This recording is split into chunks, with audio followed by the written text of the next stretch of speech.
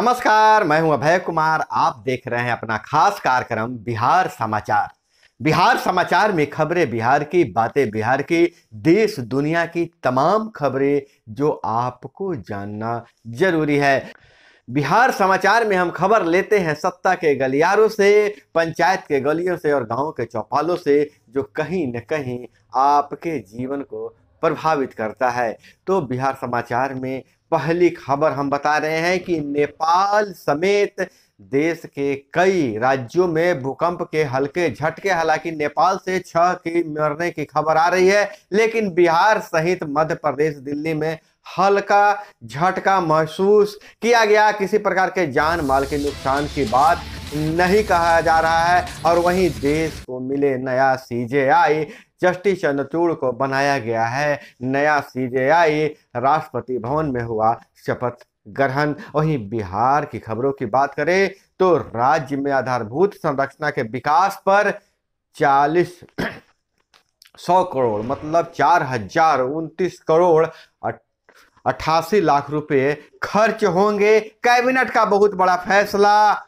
बिहार का 3356.95 करोड़ बिहार आकस्मिक निधि से निकाला जाएगा, क्योंकि बिहार में अब फंड की कमी हो गई है। आकस्मिक विकास निधि से फंड निकाला जाएगा, जिससे सड़कें बनेंगी, गांव का इंफ्रास्ट्रक्चर तैयार किया जाएगा। और अगर वही बात करें उद्योग विभाग 232 करोड़, और वहीं पथ निर्माण विभाग 939 करोड़, ग्रामीण कार्य विभाग 389 करोड़ रुपए निकालेंगे और इन पैसों से गांव का विकास होगा। लेकिन वहीं पंचायती राज विभाग में केंद्र और राज्य सरकार द्वारा दिए गए पैसे पड़े हुए हैं, पैसे खर्च नहीं हो पा रहे हैं। और उसका नहीं खर्च होने के पीछे कारण है कि वार्ड सदस्यों को अधिकार नहीं दिया गया है, पैसे खर्च करने का कोई दिशा निर्देश नहीं दिया गया है, जिसके कारण जो पंचायतों को पैसे मिलने हैं, जो पंचायतों में पैसे खर्च होने हैं, वह बहुत पैसे बाकी रह जा रहे हैं।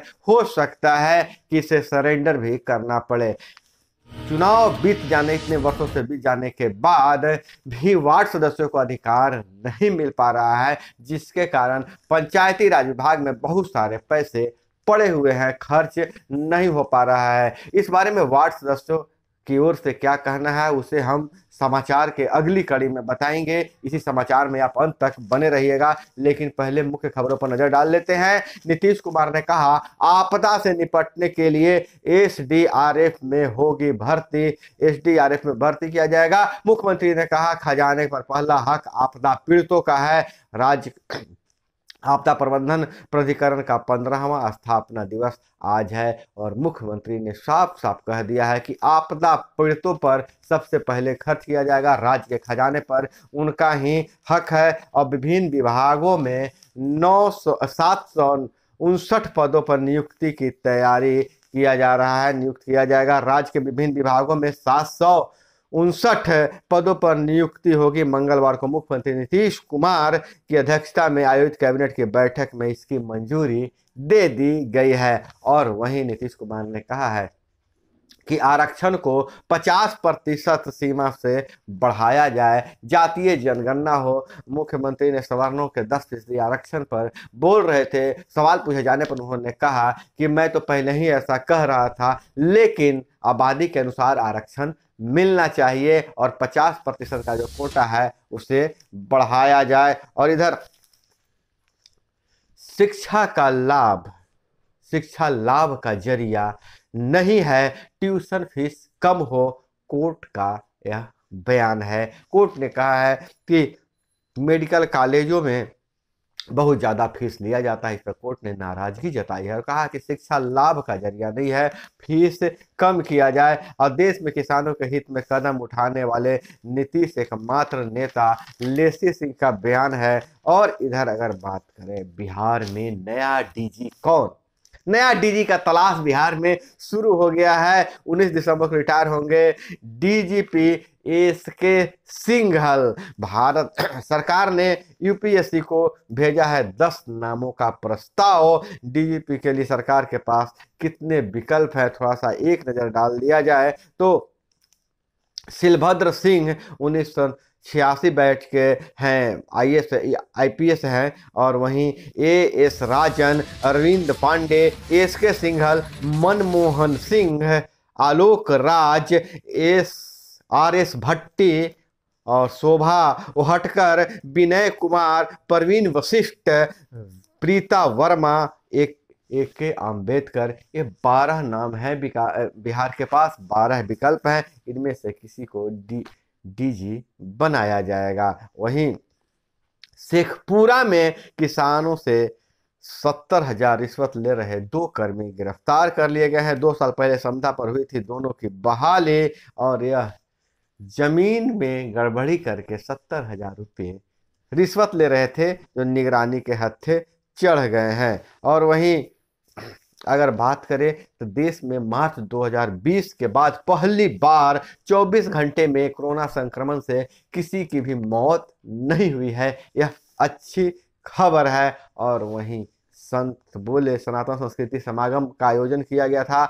RSS प्रमुख मोहन भागवत के सामने संतों ने अपनी बात रखी। संत बोले पीओ के अक्साई चिन्ह हमारा होना चाहिए। भागवत ने कहा संतों की इच्छा पूरी किया जाए। वहीं ज्ञान व्यापी पूजन अनुमति पर फैसला अब 14 को लिया जाएगा। और इधर अगर हम बात बोलें कि ग्रामीण विकास विभाग की योजनाएं गांव गरीबों से जुड़ी है, इसमें पारदर्शिता लाने की बात कही है। मंत्री का बयान है, काम में ढिलाई बरतने वाले कर्मियों के विरुद्ध ठीक ठोस कार्रवाई करने की बात कही गई है। और ग्रामीण विकास मंत्री स्वर्ण कुमार की अध्यक्षता में समीक्षात्मक बैठक हुई, उसमें यह बात किया गया है कि जो ग्रामीण विकास का जो है वह पारदर्शिता लाया जाए इसके कामों में। और वहीं पटना विश्वविद्यालय में छात्र संघ चुनाव आज और कल होगा नॉमिनेशन। सेंट्रल पैनल के 5 पदों और 26 काउंसलर के लिए 19 नवंबर को होगा चुनाव। लेकिन जैसा बता दिए थे हम आपको कि दिन भर अधिकारी इंतजार करते रहे, लेकिन कोई भी नामांकन करने नहीं आया था। लेकिन आज और कल में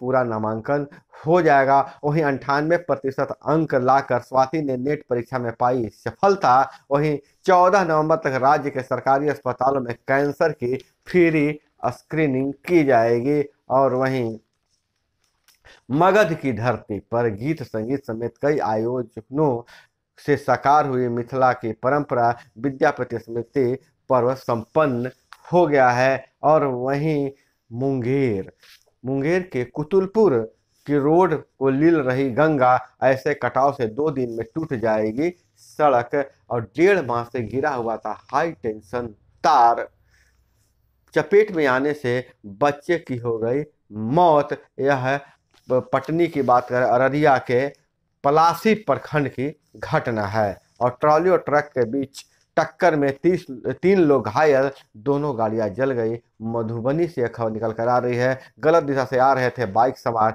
बचाने में हुआ हादसा। और बगहा से खबर आ रही है, फोटो में शराब के साथ दिखे SI, SDPO बोले जांच किया जाएगा। और वहीं अगर बात करें कि वार्ड सदस्यों के साथ नाइंसाफी हो रही है, इस नाइंसाफी को लेकर वार्ड सदस्य अब आंदोलन के मूड में हैं। तो खबर आ रही है अररिया जिला से खबर आ रहा है, जिला उप मुखिया वार्ड सदस्य संघ ने स्थानीय सुभाष स्टेडियम में 1 दिवसीय एकजुटता सम्मेलन सह अधिकार रैली का आयोजन किया। और अगर कहा जाए तो इस मौके पर उप मुखिया वार्ड सदस्य महासंघ के सैकड़ों कार्यकर्ता सम्मेलन में शामिल होकर बिहार सरकार के सौतेलापूर्ण व्यवहार और उसके रवैये के विरुद्ध जमकर नारेबाजी किया है।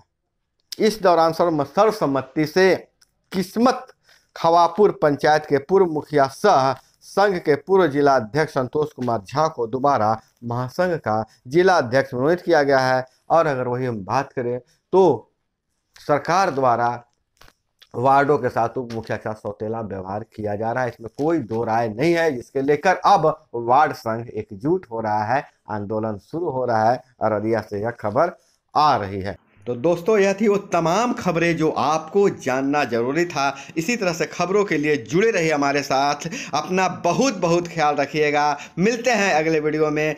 जय हिंद, वंदे मातरम।